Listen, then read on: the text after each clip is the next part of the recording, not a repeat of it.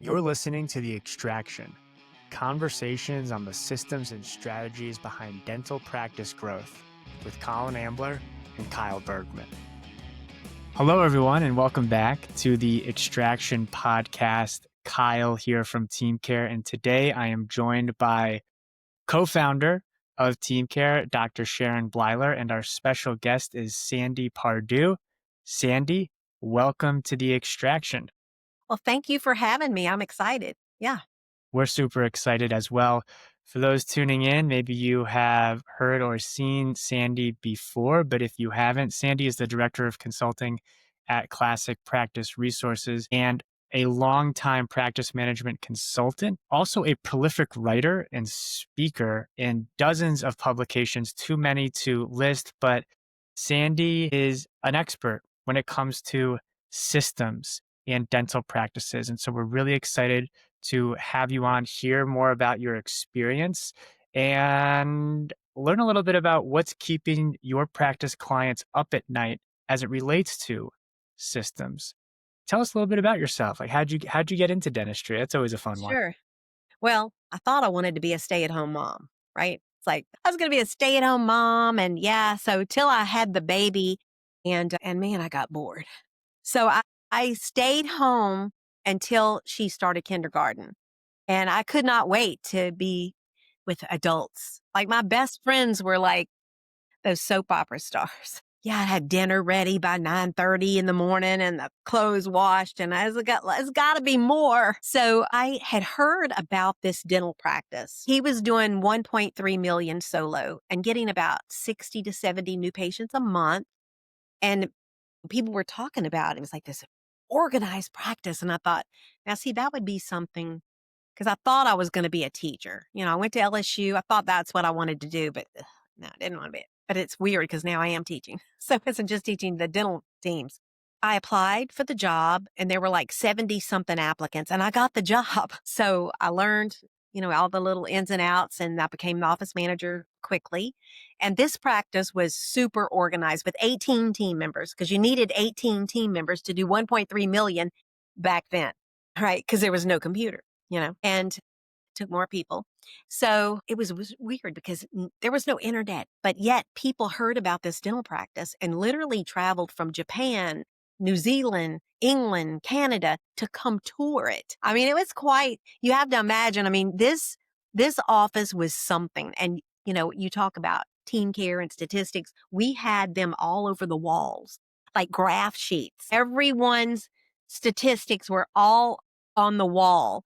Yeah. So we had a job description and SOPs for everybody. I mean, we were the things that people are talking about now, we were doing way back then. So it just grew from there. People were like, oh, can you come to my office? And so that's, kind of how it started. So yeah, I can come over there and teach you guys and duplicate this. And the rest is history. So then I started writing and lecturing at the meetings. And yeah, that's what happened. Wow. Wow. That is like wanting to go into the music industry and becoming like a stagehand for Mick Jagger and the Yeah. Stones before they were the Stones. That's incredible. So 600 practices later, as we've worked with over 600 practices over the years. So I think that Dentaltown is the thing that really made a difference. Like I had clients and we were consulting and doing well, but once Dentaltown came and I started going on Dentaltown, I was Howard Farran's consultant and I helped so many of those dentists that wanted multiple practices. And that's, really helped what I was doing. Yeah. Gave me a boost. And it sounds like there was a really exciting first chapter. And then you, at some point, it sounds like met a fork in the road where you went from, you were office manager and you blossomed into something more. And his What wife happened? is the one that saw it. Okay. So these people would come to the office and then we'd say, okay, well, let's do a day and a half seminar on scheduling. So we could hold about 25 people in our conference room. So they would fly in from everywhere. And so I would do that. And then, okay, let's do scheduling. Okay. They'd fly in for a day and a half of that. And so, yeah, so his wife was like, I think you should be a consultant. And I'm like, no, I don't want to leave this practice. I loved my job. Okay. I loved it. So I cried literally. I don't tell everybody this every day for a year. because she would come by and scoop me up. Let's go to New Orleans and have lunch. She was trying to talk me into being a consultant. But one day I said, okay, I'll do it. And she owned a building down the street and she put me up there on the top floor and I just looked out the window. Like, what do I do now? Literally, that's what happened. And so I just started calling dental practices and that's it. I mean, I'm telling you, that is what happened. And what a jump you had, like, you were doing this stuff before anyone, like, everyone was just hanging their shingle and hoping someone walked by the office, like, you guys were doing data analytics. Nobody in the '80s even knew what that Right. was. Dentists were just, like, drilling and filling. It's amazing. Love those graph sheets. I mean, you could just like walk in and you could just see like a whole area, every the receptionist, the scheduler, and you could see those graphs, like, oh, what happened? ARs, it's went up. What happened? And then go back and look at all those numbers. It tells a story. Okay. The Sandy, numbers tell a story. if you were gonna start with a new client, like, what's your, like, first advice to someone if they are struggling, if their practice isn't growing? Like, what's the first thing you wanna look at or help them with? Well, usually, I always like to go back to the owner. Like there's so many problems in that area. And you go on social media and you see these young dentists and they want to get out of dentistry. Like they're 30 years old, they're 34 years old, and they're like, how long do I have to do this? And they feel like this because dentistry is stressful. Okay. It is a very hard profession. And anybody that thinks otherwise, I mean, some people, it's easy because they figured it out. So the first thing I want to do is I'm going to look at the numbers, of course, right? But if this person's stressing, I'm going to start looking and asking them, like inquiring about their systems and their protocols and learn their management style. And oftentimes they don't have structure. So therefore it's creating stress. They don't know what the people are doing on their team. They have no clue what they're doing at the front. And this is why there's so much embezzlement in our profession, because where does the dentist need to be? With patients.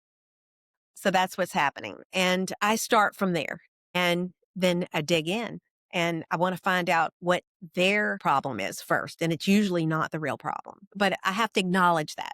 Sandy, I love that because, like, being a dentist, we're so excited to get out and make things with our hands. I'm still stressed because sometimes I'm like, I have to pretend I know we're gonna do next, and I'm not always sure. So I absolutely love that's the first thing to acknowledge because as a dentist, we're stressed, we're not sure, and we're like, wait, you want us to run these people to 10, 20, 50, and we have no business ideas or no way to run people or no HR. We don't know what we're doing. So I love that you're starting with that because it really is the crux of figuring it out.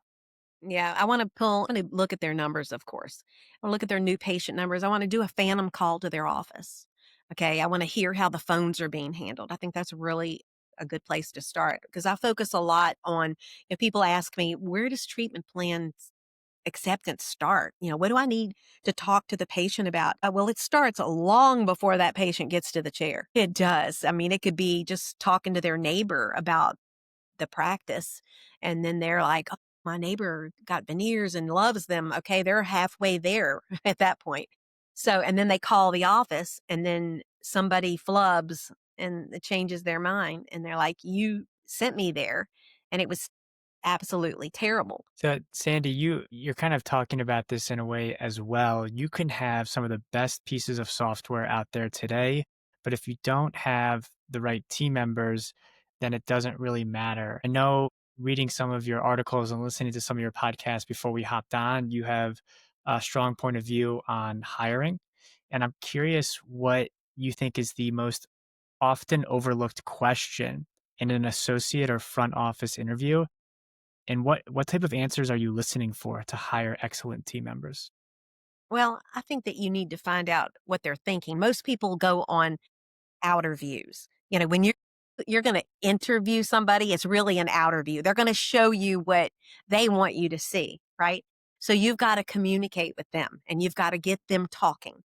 And most of the time people interview and I've sat in and heard recordings and the interviewer is doing most of the talking and no, you need to let them talk. So you need to ask questions that are going to get them talking. Like one of my favorite ones for somebody working at the front is like patient calls and they're upset. What are you going to do? Okay.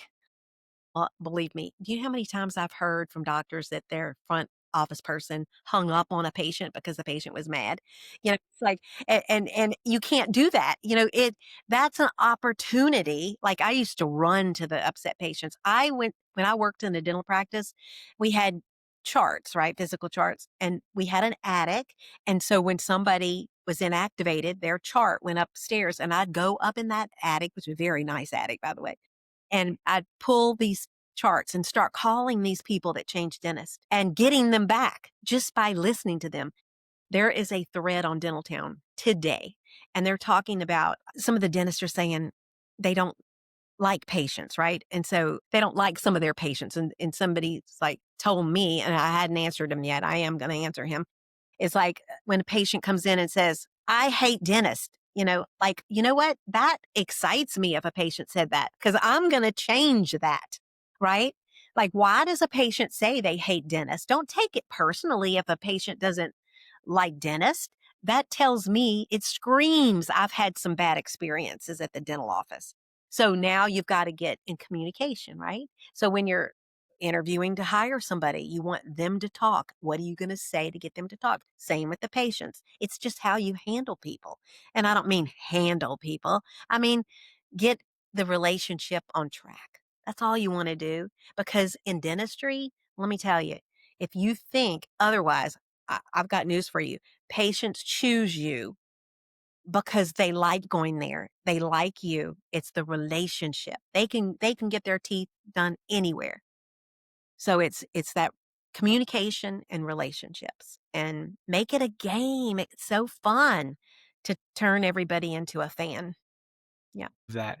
And Sandy, you mentioned Dentaltown. I'm sure a lot of our listeners are familiar with that, but can you talk a little bit more about Dentaltown? sure. Well, in 2002, I was in my office. Our sister company was a crown remover, metal lift crown remover. And they called. I answered the phone. They wanted to know if we wanted to a girl. She said, it's my last day at Dentaltown. I'm leaving. My husband got transferred, but we wanted to see if you wanted to put an ad for the crown remover. And I said, well, no, I'm a consultant. I spend most of my time with consulting and we use dentistry today, blah, blah, blah. And she's like, oh, well, you should go on Dentaltown. And I'm like, what is that? And so I go on, I sign on. And it was her last day. It was weird because now I have over 33,000 posts. Yeah, it was 2002, August was the month. And so I go on and like every other consultant does, and they go and here I am. I can help you. And bam, they attacked me like crazy. And I'm like, it's the end of the world now. These people are attacking me. And so one of the townies was reached out and I sent him some of our material. And he went on and said, she's the real deal.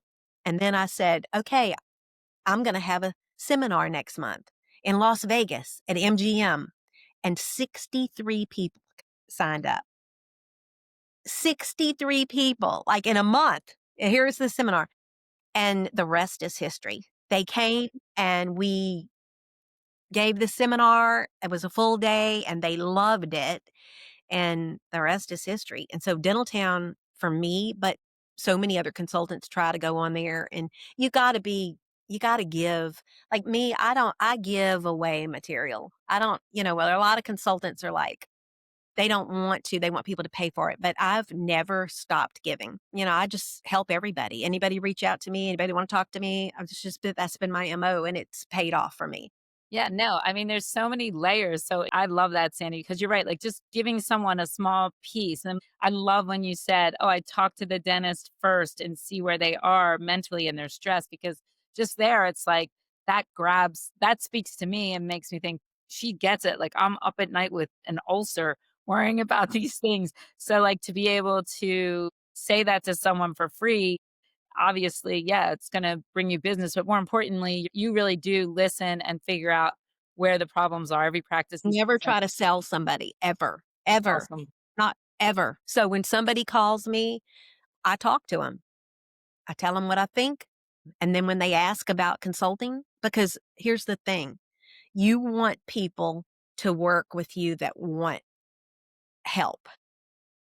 If you try to sell somebody, it doesn't work. They're going to complain and they're not going to be happy. So when somebody is ready, I'll stay up at night worrying about their practice. I'm are committed. Okay. My whole team to help that practice. Yeah. Sandy, you almost without I don't think you can necessarily help it, but you're old school in the way that you've been in the business for a while and you have but also some practices or fundamental principles are they're just timeless. Yes. Human However relations, human relations. exactly. That being said, I'm curious to hear your take on the growth or explosion of AI in software and how is that impacting practice workflows? Yeah. Oh, I'm excited. I'm so excited about AI. Think there's definitely a place for it and it's going to make things a lot more efficient. And I'm excited about that. So I'm all about it.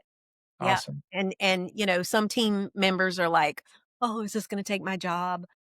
Even, I've heard young people, like 9-year-olds saying, "I'm worried about my career." Well, there's always gonna be a need for people, and when you think about dentistry, let's get back to that, it's human relationships, and so that's what dentists need to think about. I need to be a better leader for my team. It's the people part of practice. I talk a lot about that. I train a lot on the people part of practice, so AI is only gonna enhance it, and like, I think it's important for a live person to answer the phone, but I also think that if someone's not there, okay, you could have AI take over. So that's, to me, common sense. And yeah, so I'm excited. Love it.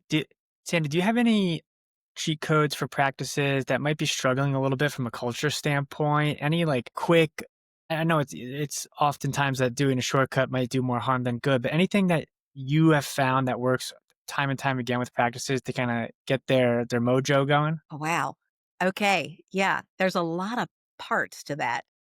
Again, leaders, going back to, I find the most organized practices, the practice with structure, predictability, accountability, that those teams are the happiest. Now, it's funny though, because the practice owner they are scared to implement things. They're scared of their team. Okay, many times they might not even say it, but I don't want to rock the boat. I don't want to give them more to do. I don't want to, but listen, you're the leader, all right? They're expecting you're the captain of the ship and you know what? They will respect you for laying things out. This is how we're going to do it. I like to think of systems like recipes. I'm from the South, right? We enjoy cooking and entertaining and like I make a great gumbo. But where did I get the recipe? I got that recipe from my mom. And did I change the recipe? Heck no, I didn't change the recipe. Okay? Because I want it to taste like that. So you get those recipes, which are systems for the practice. And I was reminded one of our offices this morning, the office manager, how important it is. And I've told her this before, and I reminded her today to have everything in writing. So she's asking me something that she thinks that the marketing company said. Okay, well, why didn't you put it in writing? So it's like this, so I'm big on having the recipe, it's in writing. Then, so what if you have to hire somebody off the street with no dental experience? It's not a problem. Here's the recipe. You're going to make life so much easier for yourself.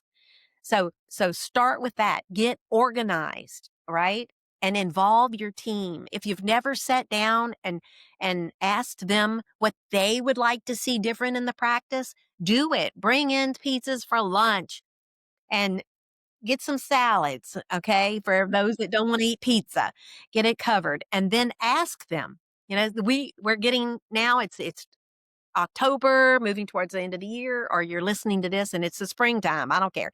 It's like, okay, let's sit down. Let's talk about where we'd like to see the practice go in the future. Give me your ideas. And this is going to help them. It does. They want a voice. I love that, Sandy, because communication's everything because you think you know, and one other person in the office might know, but no one else does. And having them say stuff. And I feel like so many times I've learned I'm saying something and I feel like it's been a problem for a long time. And some little person from the back who's only worked there, like probably worked there 3 years, never like, "Well, my old practice we used to do this." And I'm like, They say something so profound and you go, "Why didn't you say anything?" "Well, I didn't know you'd want me to." "Yeah, like, that's brilliant." And meeting with them and hearing them out, you're right, it has everyone buy in, and, like, we try to meet with every group separately and all the entire office together, but you're right, it's like, sometimes I'm struggling over something and someone pulls something out, I'm like, "What? We just" how long have they are afraid to speak up, and you want everyone to be part of the team. I love that's so true. Communication's like everything. I love that. And Sandy, Sharon is a little humble, but I want to pump her tires a little bit. So Team Care was born out of Noble Dentistry, which is the practice that Sharon started about 8 years ago, 11. and scratch practice just outside Philly. And now Noble Dentistry is a 14 operatory, 7 provider practice doing a little over 7 million a year. And part of the reason it got there was because of Team Care, but also because Sharon is such a badass leader. And one of the That's things that great. I love that I will always remember that Sharon said, and I know that this will resonate with you, Sandy. Sharon said, I am a great leader of adults because I was a mother first. And so it's been such a pleasure working with Sharon. And a lot of the things that you're saying are so validating for the success that we see, not only with Noble, but with other practices as Yeah, well.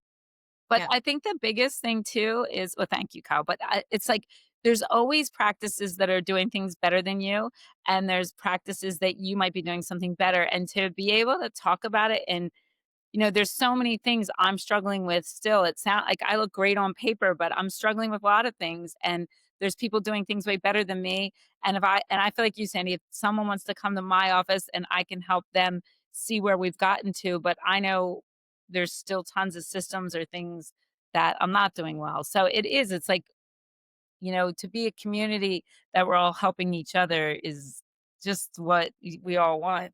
Never stop learning. No. Yes. Oh, yes. Yes, Sandy. And so you have a growth mindset. And it's so energizing when you're around people like that. Earlier, and it wasn't like a pop quiz, but when I asked you about AI and said you were excited about it, that's because you're excited to learn about it and evolve with it. And the folks and practices who say I'm scared, it's going to take my job, might have more of a fixed mindset, but it's great to No. be with kind of like-minded thought leaders when it comes Yeah. to technology and using it for good. Well, I'm a consultant and I have to stay current, right? That's important. Yeah. Yeah, awesome. Well, Sandy, as we kind of wrap up here, is there any last parting thoughts or words of wisdom that you'd like our audience to hear? Guys, look, dentistry is the best profession. It is. And if you're stressed, you can get this, okay? It starts with getting organized, your team knowing what's expected of you, and creating those good relationships with your patients and with your team. The people part of practice is number one. So work on that and make sure you let everybody know what's wanted and needed. I love that, Amen. and I think it's so important to ask for help. Sandy, you're amazing that you wanna help everyone, and I think people don't realize how much all of us will help each other as a community if you just say, "Yo, I'm struggling over here with this. Can someone" It's true. Absolutely. Yeah. Sandy, thank you so much for joining us. Okay. And thank you for having me. It was lovely. I Pleasure. loved listening to you. Thank you for listening to The Extraction with Colin Ambler and Kyle Bergman. Read episode notes and transcripts at teamcaredental.com.